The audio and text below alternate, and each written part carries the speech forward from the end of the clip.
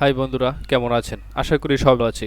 আজকে আমরা দেখব কিভাবে একটা নতুন ভোটারের জন্য আবেদন করতে হয় এবং কি কি কাগজপত্র প্রয়োজন হয় ভোটার আবেদন করতে। সব কিছু নিয়ে আলাপ করা হবে আমাদের এই ভিডিওতে।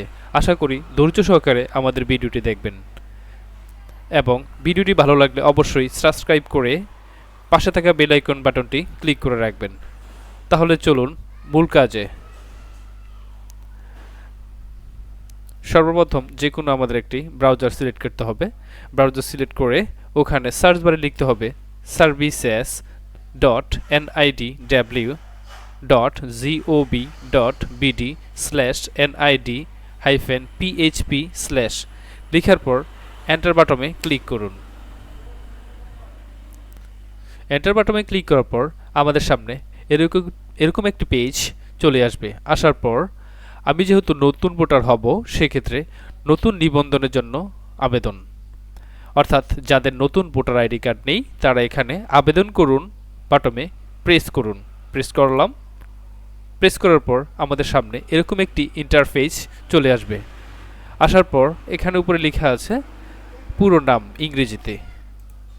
যে ব্যক্তি নতুন ভোটার হবে ওনার জন্ম নিবন্ধন অনুসারে ওনার ইংলিশে নামটা লিখে দিব।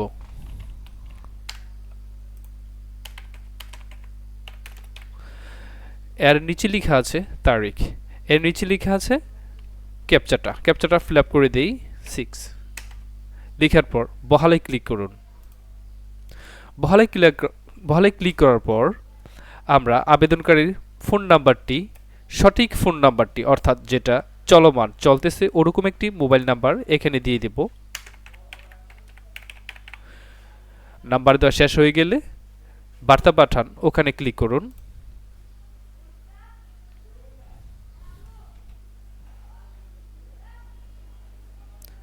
যে নাম্বারটি দেওয়া হয়েছে ওই নাম্বারে একটা SMS চলে গেছে।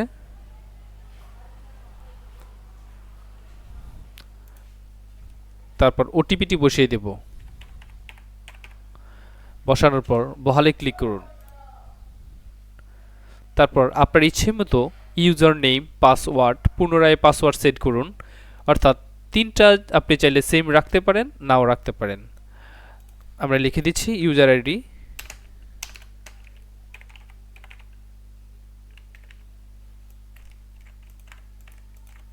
বোঝার সুবিধার্থে আমরা তিনটা সেম রেখে বহালে ক্লিক করলাম। ক্লিক করার পর আমাদের সামনে এরকম একটি ইন্টারফেস চলে আসবে। আসার পর আমরা যেহেতু নতুন ভোটার হব পূর্বেই বলেছি, আমরা প্রোফাইলে ক্লিক করব। প্রোফাইলে ক্লিক করার পর প্রথমেই থাকবে ব্যক্তিগত তথ্য। ব্যক্তিগত তথ্য কিভাবে ফিল আপ করতে হয় চলুন ফিল আপ করে ফেলি। নাম বাংলায়,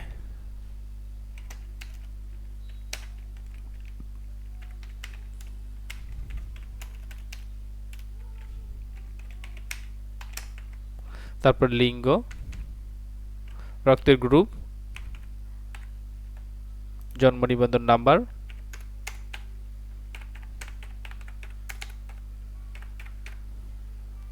তারপর জন্মস্থান,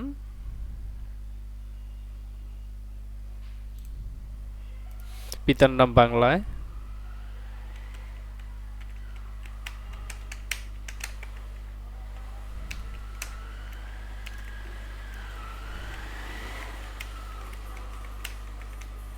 পিতার জাতীয় পরিচয়পত্র নাম্বার,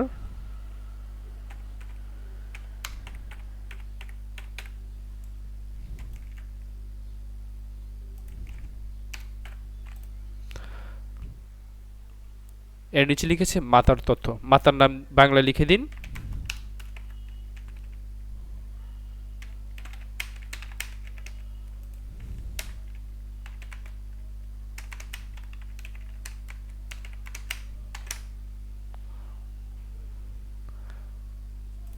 বৈবাহিক অবস্থা, অবিবাহিত হলে অবিবাহিত, বিবাহিত হলে বিবাহিত। আর পিতামাতা, যাদের পিতামাতা জীবিত থাকবে তারা মৃততে ক্লিক করা দরকার নেই। যাদের পিতামাতা মৃত তারা মৃততে ক্লিক করবেন। মৃততে ক্লিক করার পর মৃত্যুর সন, কত সালে মারা গিয়েছে সনটা ওখানে দিয়ে দিবেন। যেহেতু আবেদনকারীর পিতামাতা জীবিত আছে, সেক্ষেত্রে আমরা মৃততে ক্লিক করলাম না। ফিল আপ করা হয়ে গেলে, অর্থাৎ ব্যক্তিগত তথ্য ফিল আপ করা হয়ে গেলে আমরা পরবর্তী বাটনে ক্লিক করব। পরবর্তী বাটনে ক্লিক করার পর নেক্সট স্টেপে চলে আসছে অন্যান্য তথ্য। অন্যান্য তথ্য এখানে লিখতে হবে,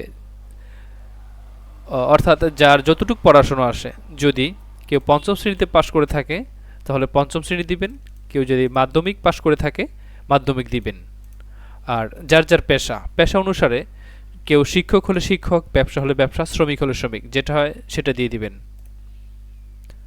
অসামর্থ্যতা, অর্থাৎ আবেদনকারী যদি কোনো শারীরিক প্রতিবন্ধী, মানসিক, শ্রবণ, বাক প্রতিবন্ধী, দীর্ঘস্থায়ী অসুস্থতা ইত্যাদি যদি এরকম কিছু থাকে দিয়ে দিবেন। আর না থাকলে দেওয়া দরকার নেই, যেহেতু উনি সম্পূর্ণ ভালো, সেক্ষেত্রে আমরা কিছুই দিব না। এরপর হচ্ছে শনাক্তকরণ চিহ্ন, অর্থাৎ হাতে বা পায়ে কাটা চিহ্ন, দাগ এগুলো যদি থাকে দিয়ে দিবেন, না দিলে হবে। তারপর 3 নাম্বার, এটা ম্যান্ডেটরি নয়, না দিলে হবে। ড্রাইভিং লাইসেন্স দিলে হবে, না দিলে হবে। পাসপোর্ট নাম্বার প্রয়োজন অনুসারে। এরপর হচ্ছে ধর্ম, যার যার ধর্ম, হিন্দু হলে হিন্দু, বৌদ্ধ হলে বৌদ্ধ, খ্রিস্টান হলে খ্রিস্টান, আমরা যে কোনো একটি দিয়ে দিলাম। তারপর পরবর্তী বাটনে ক্লিক করলাম। পরবর্তী বাটনে ক্লিক করার পর আমাদের সামনে চলে আসছে ঠিকানা, অবস্থানরত দেশের নাম, অর্থাৎ আপনি যদি বাংলাদেশে অবস্থানরত হন বাংলাদেশ দিবেন। তারপরে ভোটার ঠিকানা, আপনি কোন ঠিকানায় ভোটার হতে চাচ্ছেন। আপনি যদি বর্তমান ঠিকানায় ভোটার হতে চান তাও পারবেন, স্থায়ী ঠিকানায় হতে চাইলে তাও পারবেন। আমি যেহেতু বর্তমান ঠিকানায় ভোটার হতে চাচ্ছি, বর্তমানে ক্লিক করলাম। এরপর হচ্ছে বিভাগ, বিভাগ সিলেক্ট করে দিন। বিভাগের পরে জেলা, জেলার পরে উপজেলা, উপজেলার পরে পল্লী, অর্থাৎ আপনি যদি পৌরসভা হন পৌরসভায় ক্লিক করবেন, শহর হলে শহর, অন্যান্য এলাকা হলে অন্যান্য, ক্যান্টনমেন্ট হলে ক্যান্টনমেন্ট, যদি সিটি কর্পোরেশন আয়তা হন তাহলে সিটি কর্পোরেশন দিবেন। আমি যেহেতু পল্লীতে, আমি পল্লী সিলেক্ট করে দিলাম। তারপর আপনার ইউনিয়নের নাম, আপনি যে ইউনিয়নে অবস্থানরত আছেন সেই ইউনিয়নের নাম লিখে দিবেন। ইউনিয়নের নাম লিখে দিলাম। তারপরে মৌজা, আপনি কোন মৌজায় আছেন সে মৌজা দিয়ে দিবেন। এরপরে হচ্ছে ইউনিয়নের ওয়ার্ড নাম্বার, তারপরে গ্রাম, তারপরে বাসা বা হোল্ডিং নাম্বার থাকলে দিয়ে দিবেন, না দিলে হবে। যদি বাসা বা হোল্ডিং নাম্বার কিছুই না থাকে হাইফেন দিয়ে এটা ফিল আপ করে দিবেন। তারপর হচ্ছে ভোটার এরিয়া, আপনি কোন এরিয়ায় ভোট দিয়ে থাকেন।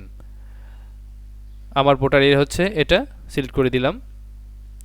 আপনার বর্তমান এবং স্থায়ী ঠিকানা যদি দুটো সেম হয় তাহলে আপনি সেমভাবে পুনরায় আবার ফিল আপ করে দিবেন। আমি ফিল আপ করে দিচ্ছি।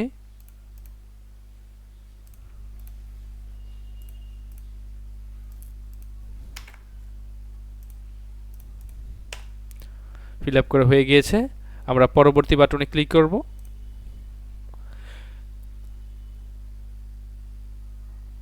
আবেদন করার জন্য কোনো কাগজপত্র প্রয়োজন নেই, আমরা পিছনে গিয়ে ফর্মটা আবার দেখে নেব যে সব ঠিকঠাক হয়েছে কিনা, চেক করে নিচ্ছি।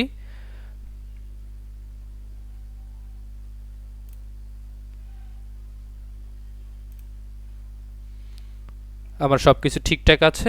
পরবর্তীতে ক্লিক করলাম, ক্লিক করার পর আমার সব কিছু ঠিক থাকার পরে আমি পরবর্তীতে ক্লিক করার পর ফাইলটা জমা দিয়ে দিলাম। সাবমিট বাটনে ক্লিক করুন।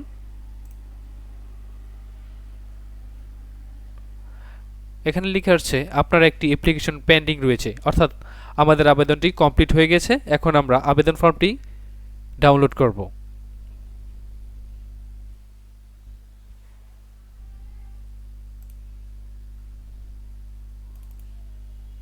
ডাউনলোড হবার পর দ্বিতীয় পেজে আমাদের কিছু লিখতে হবে। বাসা বা হোল্ডিং নাম্বার যদি থাকে ডাকঘরটা লিখে দিতে হবে।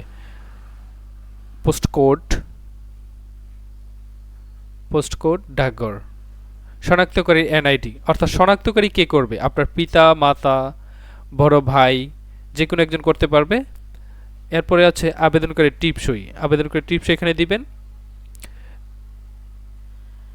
তারপরে 43 নম্বরে আবেদনকারী স্বাক্ষর বা টিপসই।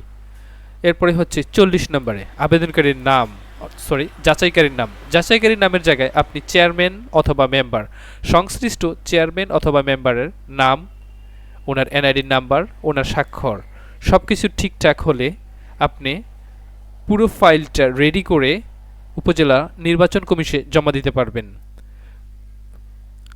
কি কি কাগজপত্র ফাইলের সাথে যুক্ত করতে হবে আমি ডেসক্রিপশন বক্সে এবং ভিডিওর শেষ দিকে সকল ডকুমেন্টসের নাম লিখে দেব। এরকম আরও প্রয়োজনীয় ভিডিও পেতে আমাদের ইউটিউব চ্যানেল info.bd24 চ্যানেলটি সাবস্ক্রাইব করে আমাদের সাথে থাকবেন। ধন্যবাদ। দেখা হবে পরবর্তী ভিডিও। Damn.